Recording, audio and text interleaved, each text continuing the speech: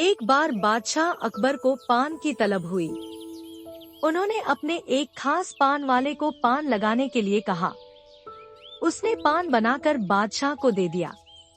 बादशाह ने चुपचाप पान खाया और उस पान वाले को अगले दिन आधा किलो चूना दरबार में लेकर आने को कहा। वह नहीं जानता था कि बादशाह ने उसे ऐसा क्यों कहा। वह चुपचाप चूना लेने बाजार चला गया। उसने दुकानदार से आधा किलो चूना मांगा। दुकानदार ने उससे पूछा कि इतना चूना क्यों खरीद रहे हो। उसने बताया कि किस तरह उसने बादशाह को पान दिया था। दुकानदार को समझते देर न लगी कि कुछ गड़बड़ है। उसने पान वाले को समझाया कि दरबार में चूना लेकर जाने से पहले बहुत सारा घी पीकर जाना। उसने सलाह मानकर वैसा ही किया और दरबार में जाने से पहले खूब सारा घी पी लिया। दरबार में पहुंचने पर बादशाह ने उसे सारा चूना खाने को कहा।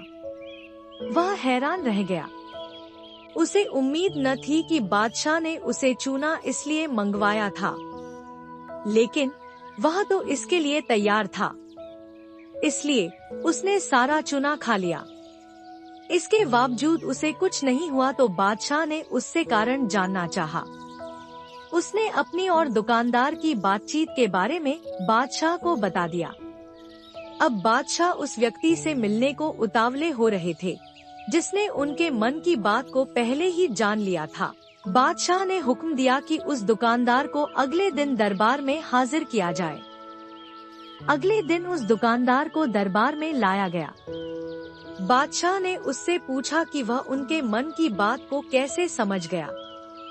तब दुकानदार ने कहा, हुजूर, जब यह आदमी मेरे पास चूना खरीदने आया था तो मैंने इससे पूछा कि इतने चूने का क्या करोगे।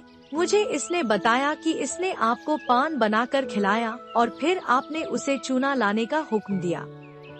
तब मुझे समझते देर न लगी कि जरूर गलती से इसने पान में चूना थोड़ा ज्यादा लगा दिया होगा, जिसे बादशाह के मुंह में छाले हो गए होंगे और इसी का एहसास करवाने के लिए आपने इससे चूना मंगाया।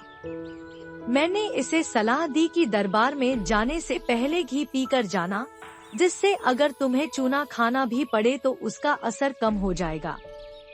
यह दुकानदार और कोई नहीं बीरबल ही थे।